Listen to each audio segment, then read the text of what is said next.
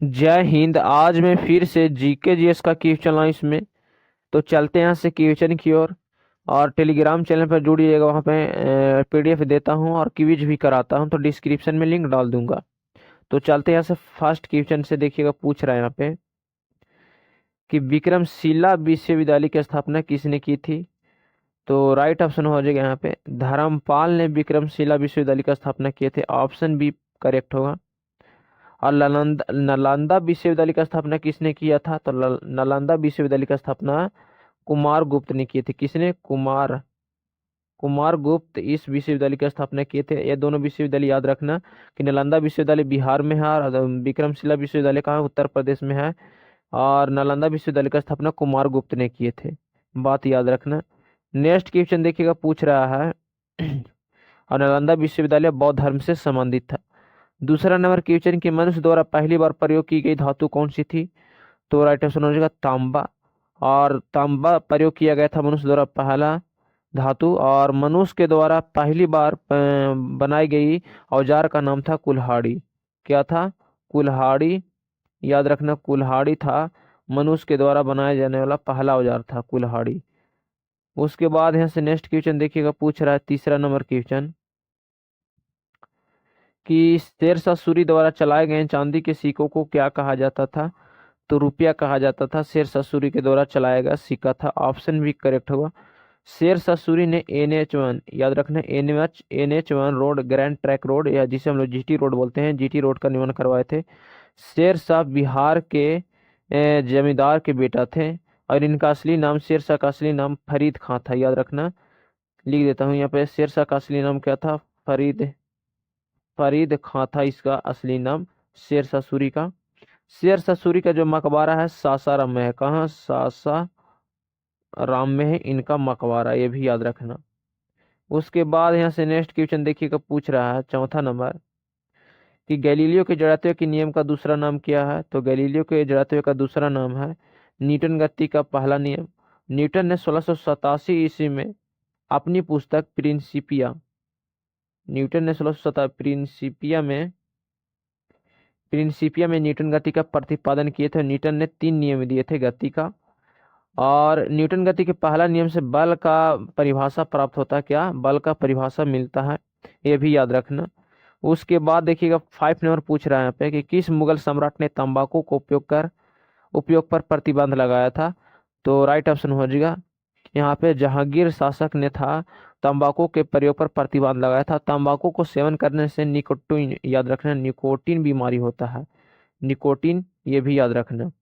उसके बाद यहाँ पे कैंसर है, तंबाकू में कौन सा रोग निकोटीन, और तंबाकू से कैंसर भी होता है, ये भी याद रखना। और छठा नंबर पूछ रहा है कि निम्नलिखित में से किस विद्रोह का बंकिम चंद्र चटर्जी ने अपने उपन्यास आनंद मठ में उल्लेखित कर प्रसिद्ध किए थे। तो सन्यासी विद्रोह को, सन्यासी विद्रोह, ऑप्शन यहाँ पे डी करेक्ट होगा। सन्यासी विद्रोह को उल्लेखित किए थे आनंद मठ पुस्तक में, इसको प्रसिद्ध किए थे। आनंद मठ पुस्तक में याद रखना भारत का राष्ट्रीय गीत वंदे मातरम। भारत का राष्ट्रीय गीत क्या? वंदे मातरम। मा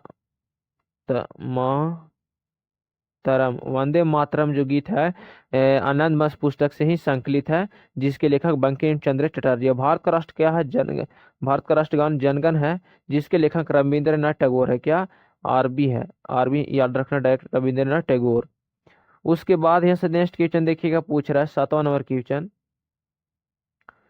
7वां नंबर क्वेश्चन के भारतीय अर्थव्यवस्था का प्राथमिक क्षेत्र है। तो याद रखना भारतीय अर्थव्यवस्था का प्राथमिक क्षेत्र कृषि क्षेत्र को कहा जाता है। ऑप्शन डी करेक्ट होगा।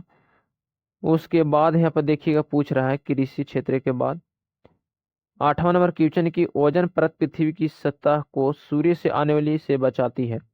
तो ओजोन परत पृथ्वी की सतह को सूर्य से आने वाली किस किरण से बचाती है।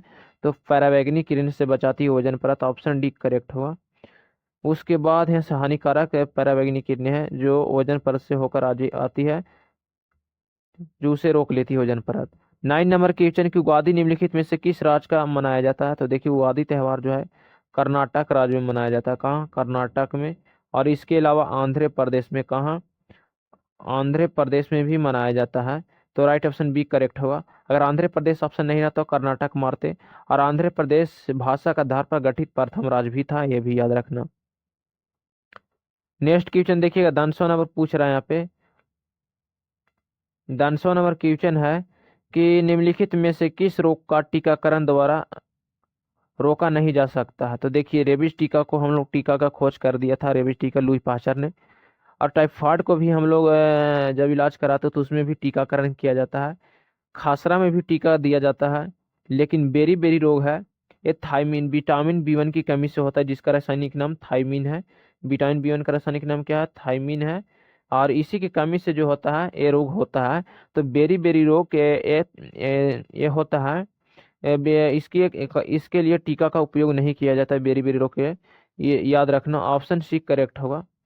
इसी के लिए टीका का उपयोग नहीं किया जाएगा, एक मानव के द्वारा ही हो जाता है कुछ ही सेवन के कमी से। 11 नंबर क्वेश्चन पूछ रहे कि भारत छोड़ो आंदोलन कब शुरू किया गया था। तो 1942 में भारत छोड़ो आंदोलन शुरू हुआ था, किसके द्वारा? तो महात्मा गांधी के द्वारा। याद रखना, महात्मा गांधी के द्वारा यह आंदोलन चलाया गया था, भारत छोड़ो आंदोलन। ये भी याद रखना। महात्मा गांधी जी की जन्म की बात करें तो देखिएगा, महात्मा गांधी जी का जन्म 2 अक्टूबर 1869 में होता है, और इनका हत्या 30 जनवरी 1948 की होता है नाथुराम गोल्ड द्वारा। और इनके द्वारा बहुत ही आंदोलन चलाए गए थे, जैसे महात्मा गांधी ने भारत छोड़ो आंदोलन नारा दिए थे, करो या मरो का नारा दिए थे, याद रखना। डूडाई का नारा दिए थे, किसी ने दिए थे करो या मरो का नारा। और उसके बाद है से नेक्स्ट क्वेश्चन चलते हैं। नेक्स्ट क्वेश्चन देखिएगा, पूछ रहा 12 नंबर कि कदरिया महादेव मंदिर कहाँ स्थित है। तो कदरिया महादेव मंदिर खजुराहो में स्थित है, खजुराहो के मध्य प्रदेश में। ऑप्शन बी करेक्ट होगा। नेक्स्ट क्वेश्चन देखिएगा, पूछ रहा है 13 नंबर क्वेश्चन कि निम्नलिखित में से कौन सा संवैधानिक संशोधन शिक्षा का अधिकार प्रदान करता है। तो 46वां संविधान संशोधन, 86वां संविधान संशोधन 1950 में हुआ था। इसी का संविधान संशोधन के तहत जो है शिक्षा का अधिकार प्रदान करने का अधिकार देता है 46वां संविधान संशोधन।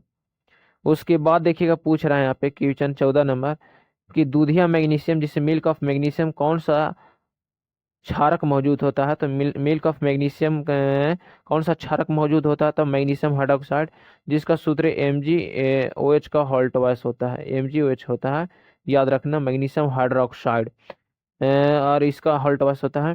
इसी का क्षारक मौजूद होता है मिल्क ऑफ मैग्नीशियम में, मैग्नीशियम हाइड्रोक्साइड क्षारक मौजूद होता है। देखिएगा, 15 नंबर पूछ रहा है कि सूरत शहर किस नदी के तट पर बसा है। तो सूरत शहर ताप्ती नदी के तट पर बसा है, ऑप्शन सी करेक्ट होगा। नेक्स्ट क्वेश्चन देखिएगा, पूछ रहा है यहाँ पे 16 नंबर क्वेश्चन, निम्नलिखित में से किस कोशिका को आत्महत्या की थैली कहा जाता है। तो याद रखना, लाइसोसोम को आत्महत्या की थैली कहा जाता है। लाइसोसोम जो है, जब मानव शरीर के अंदर किसी कोश का काम करना बंद कर देता है तो उस कोशिका को नष्ट कर देता है, लाइसोसोम का एक कार्य होता है। राइबोसोम को प्रोटीन का फैक्ट्री कहा जाता है, जो प्रोटीन को पाचन में मदद करता है। प्रोटीन का फैक्ट्री राइबोसोम है, याद रखना। क्रोमोसोम तो मनुष्य के शरीर में पाया जाता है, और इसकी कारण से क्रोमोसोम की कमी से अर्धांता रोग भी होता है, ये भी याद रखना। 17 नंबर पूछ रहा है यहाँ पे, देखिएगा कि निम्नलिखित में से किसको 1828 में ब्रह्म सभा की स्थापना का श्रेय दिया जाता है। तो राजा राममोहन राय ने ब्रह्म सभा की स्थापना किए थे, ऑप्शन बी करेक्ट होगा। और 1829 में ही राजा राममोहन राय और विलियम बेटी के साथ सती प्रथा का अंत किए थे, तो ऑप्शन बी करेक्ट होगा। नेक्स्ट क्वेश्चन देखिएगा, पूछ रहा है यहाँ पे 18 नंबर क्वेश्चन कि मुस्लिम लीग की स्थापना 1906 में किस शहर में हुई थी। तो उस समय ब्रिटिश भारत का हिस्सा था, तो याद रखना, ढाका में, बांग्लादेश की राजधानी ढाका में मुस्लिम लीग की स्थापना हुआ था 1906 में। राइट ऑप्शन कौन सा होगा 18 का, तो डी करेक्ट होगा। नेक्स्ट क्वेश्चन देखिएगा, पूछ रहे हैं यहाँ पे फिर 19 नंबर पूछ रहे हैं कि पोंगल किस दक्षिण भारत राज्य में एक लोकप्रिय और व्यापक रूप से मनाए जाने वाला फसल है। तो पोंगल जो है तमिलनाडु राज्य के मनाए जाने वाला एक प्रसिद्ध त्योहार है, ऑप्शन एक करेक्ट होगा 19 का। नेक्स्ट क्वेश्चन देखिएगा, पूछ रहा है 20 नंबर यहाँ पे क्वेश्चन कि लिंग अनुपात जनसंख्या के प्रति कितने पुरुषों पर महिला की संख्या है। तो लिंग अनुपात जो है 1000 पुरुषों पर याद रखना, 1000 पुरुषों पर 943 महिला को भाग दिया जाता है, याद रखना। तो 1000 पुरुषों पर करेक्ट ऑप्शन बी करेक्ट हो, 1000 पुरुष। और लिंग अनुपात में सर्वाधिक किस राज्य का था? तो लिंग अनुपात 2011 के जनगणना के अनुसार केरल राज्य का था। याद रखना, केरल राज्य का लिंग अनुपात सर्वाधिक था 2011 में। उसके बाद देखिएगा, पूछ रहे हैं यहाँ पे 21 नंबर की क्वेश्चन कि भारतीय संविधान का कौन सा अनुच्छेद है सार्वजनिक रोजगार के मामलों में अवसर की समानता प्रदान करता है? तो भारतीय संविधान का कौन सा अनुच्छेद जो सार्वजनिक रोजगार के मामलों में अवसर प्रदान करता है? तो अनुच्छेद 16 जो है, ऑप्शन बी करेक्ट होगा। अनुच्छेद 16 जो है रोजगार के मामलों में अवसर प्रदान करता है। अनुच्छेद 17 जो है अस्पृश्यता का अंत है, ये भी याद रखना। अस्पृश्यता का अंत किस अनुच्छेद में? अनुच्छेद 17 में। उसके बाद देखिएगा, पूछ रहा है 22 नंबर के शैक्षणिक सुधारों से संबंधित सरकारी पहल के नियम है। तो सर्व शिक्षा अभियान, पर्याप्तता और मध्याह्न भोजन, मध्या मध्याह्न भोजन कराना शैक्षणिक सुधारों से संबंधित सरकारी पहले का नियम है। तो ऑप्शन डी करेक्ट होगा, इनमें सभी।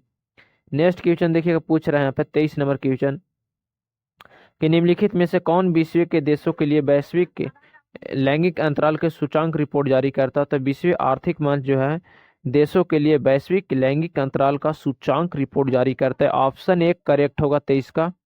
नेक्स्ट क्वेश्चन देखिएगा, फिर पूछ रहे हैं यहाँ पे 24 नंबर क्वेश्चन। 24 नंबर क्वेश्चन यहाँ से पूछ रहा है कि भारतीय संविधान का कौन सा अनुच्छेद वाक और अभिव्यक्ति की स्वतंत्रता अधिकार अधिकार से संबंधित है? तो भारतीय संविधान का कौन सा अनुच्छेद जो है स्वतंत्रता बोलने का अधिकार प्रदान करता है?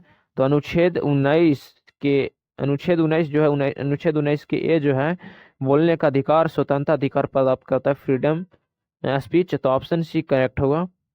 नेक्स्ट क्वेश्चन देखिएगा, पूछ रहे हैं यहाँ पे 25 नंबर क्वेश्चन कि गूंगा नृत्य भारत के किस राज्य में पुरुषों द्वारा किए जाने वाला एक लोक नृत्य है? तो गूंगा नृत्य जो है भारत के हरियाणा राज्य में किए जाने वाला पुरुषों द्वारा किए जाने वाला एक प्रसिद्ध नृत्य है। ऑप्शन एक करेक्ट होगा, हरियाणा का गूंगा नृत्य है। देखिएगा 26 नंबर पूछ रहा है यहाँ पे, हेमंत ऋतु मौसम के किस महीने में आता है? तो हेमंत ऋतु जो है नवंबर और दिसंबर महीने में आता है। ऑप्शन डी करेक्ट होगा, कौन से महीने में? नवंबर दिसंबर में। और यहाँ से 27 नंबर देखिएगा, क्वेश्चन पूछ रहा है यहाँ पे कि निम्नलिखित में से कौन बाह्यस्रावी ग्रंथि और अंतःस्रावी ग्रंथि दोनों ग्रुप में कार्य करता है? तो अग्नाशय जो है बाह्यस्रावी ग्रंथि और अंतःस्रावी ग्रंथि दोनों ग्रुप में कार्य करता है। अग्नाशय से इंसुलिन स्रावित होता है, याद रखना, इंसुलिन इंसुलिन स्रावित होता है हार्मोन। अग्नाशय को मिश्रित ग्रंथि के नाम से भी जानते हैं। अंत मिश्रित ग्रंथि, मानव शरीर की सबसे बड़ी मिश्रित ग्रंथि कौन सी है? तो यह अग्नाशय है, याद रखना। उसके बाद है से पूछ रहा है 28 नंबर क्वेश्चन। 28 नंबर क्वेश्चन देखिएगा ध्यान से कि निम्नलिखित में से कौन सा देश विश्व भविष्य ऊर्जा शिखर सम्मेलन की मेजबानी करेगा? तो विश्व शिखर सम्मेलन भविष्य ऊर्जा के जो मेजबानी करेगा वो यूएई करेगा। ऑप्शन डी करेक्ट होगा, यूएई करेगा विश्व भविष्य ऊर्जा शिखर सम्मेलन का आयोजन, यूएई। और देखिएगा 29 नंबर पूछ रहा है यहाँ पे, 29 नंबर क्वेश्चन है कि महावीर स्वामी किस नदी के तट पर ज्ञान की प्राप्ति होती है? तो महावीर स्वामी की जो ज्ञान की प्राप्ति होती है, याद रखना, रिजु पलका नदी के तट पर। ऑप्शन टी करेक्ट होगा, रिजु पलका नदी के तट पर होता है। और महावीर स्वामी जैन धर्म के वास्तविक संस्थापक माने जाते हैं। याद रखना, जैन धर्म के वास्तविक संस्थापक कौन है? महावीर स्वामी। लेकिन जैन धर्म का संस्थापक बोलेगा तो ऋषभ देव हो जाएगा। ऋषभ देव जो जैन धर्म के प्रथम तीर्थंकर हुए थे। और जैन धर्म के जन्म महावीर स्वामी के जन्म 540 ईस्वी पूर्णग्राम के वैशाली में हुआ था। उसके बाद देखिएगा, पूछ रहे हैं यहाँ पे 30 नंबर क्वेश्चन कि भारतीय संविधान का कौन सा अनुच्छेद सार्वजनिक रोजगार मामलों में अवसर की समानता प्रदान करता है? तो सार्वजनिक रोजगार के मामलों में अवसर प्रदान करता है अनुच्छेद 16 जो है संविधान का अनुच्छेद 16 सार्वजनिक रोजगार के मामलों में अवसर प्रदान करता है। ऑप्शन बी करेक्ट होगा। नेक्स्ट क्वेश्चन देखिएगा, पूछ रहा है यहाँ पे 31 नंबर क्वेश्चन कि शैक्षणिक सुधार से संबंधित सरकारी पहले के नियम है। तो सर्व शिक्षा अभियान, पर्याप्तता और मध्याह्न भोजन का योजना, इनमें सभी डी करेक्ट ऑप्शन होगा, इनमें सभी कराता है।